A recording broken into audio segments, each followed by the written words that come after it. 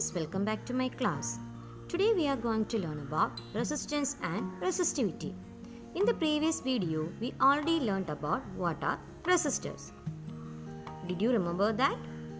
What are resistors?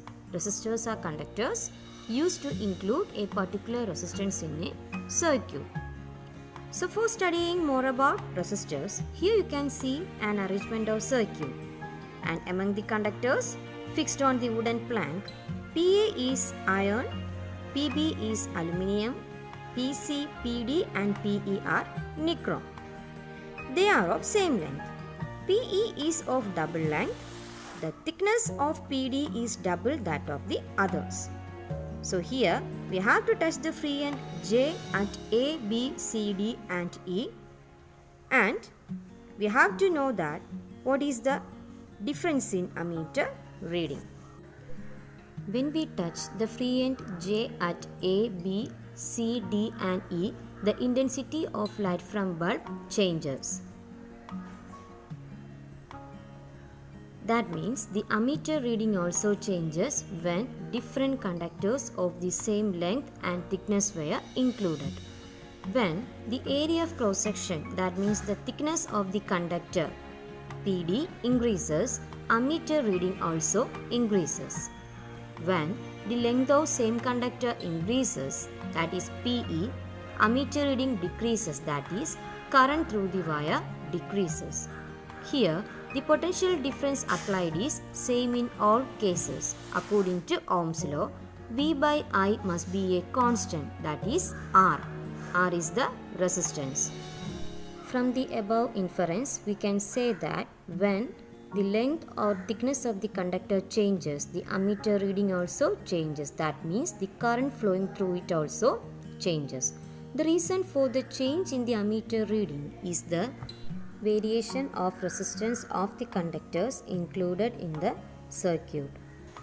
That means when resistance of the conductors in a circuit changes, the flow of current through that circuit also changes. So here you can see a circuit containing a 6-volt bulb connected to a 6-volt source through a switch. Using a multimeter, we can measure the resistance of the bulb when the circuit is switched off and at the time of switch on. The multimeter is a device used to measure DC voltage, current, AC voltage and current and resistance of a conductor. Here in this circuit, at the time of switch on and switch off, the resistance is not same. When the circuit is switched on, the temperature increases. When temperature increases, resistance also increases here. So let's see what are the factors affecting the resistance of a conductor. First one, area of cross section. Second one, nature of the material. Third one, length, and the fourth one, temperature. These are the factors affecting the resistance of a conductor. The resistance of the metals increases with the increases in temperature. So let's examine the role of a resistor in controlling the current in a circuit. So in this figure, we can see that the nichrome wire Pe has double length. By touch the free end J at end E of nichrome wire and by slowly slide it from E to P, we can see the change in the intensity of light of the bulb. Here, intensity of light increases gradually. The reason is that as the length of the conductor decreases, that is by sliding the key J from E to P, the length of the conductor decreases. At that time, resistance decreases and current increases. That means when length decreases, resistance also decreases. If the potential difference is constant, then the current is inversely proportional to the resistance. For a conductor of uniform area of cross section, the length of the conductor and its resistance are directly proportional to each other. So, rheostat is a device designed on the basis of this principle. That is, when length decreases, resistance also decreases. In the figure of rheostat, AB is a wire wound over an insulator. The resistance of a circuit can be continuously changed by the sliding contact S. The change in the resistance regulates the current here. So what is a rheostat? Rheostat is a device used to regulate the current in a circuit by changing the resistance gradually.